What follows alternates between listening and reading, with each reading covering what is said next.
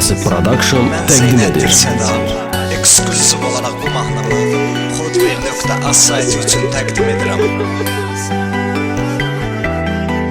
Seda Studio təqdim edir. Aranjman Zeynəddin Seda. Günü-gündən ürəyim yavaşlayır vurmağına. Bu tavan yaşda mənə məzar yaraşmaz bilirəm.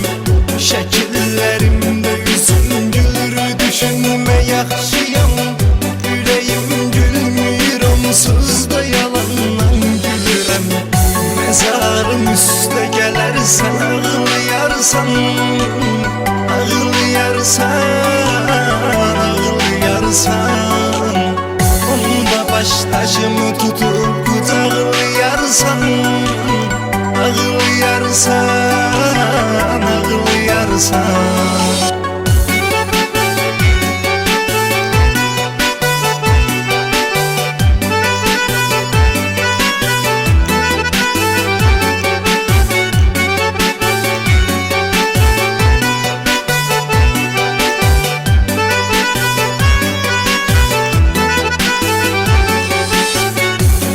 Təsir eləyən ayrılaq deməyin deyil, səbəbsiz ayrılığın söhbəti çaşdırdı